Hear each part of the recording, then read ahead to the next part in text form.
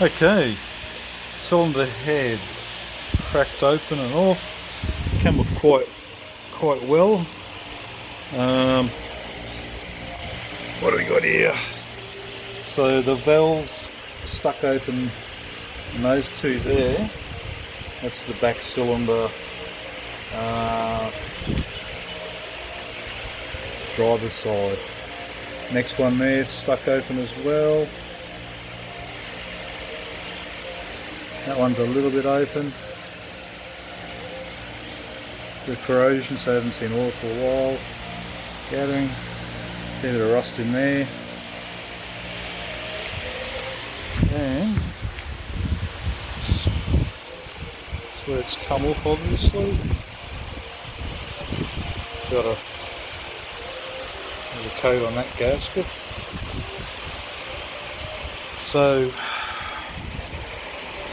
that's not supposed to be like that.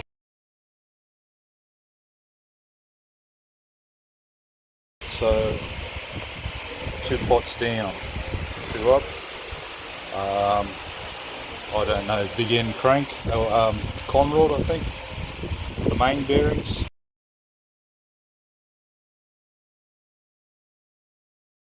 Must be broken, snapped,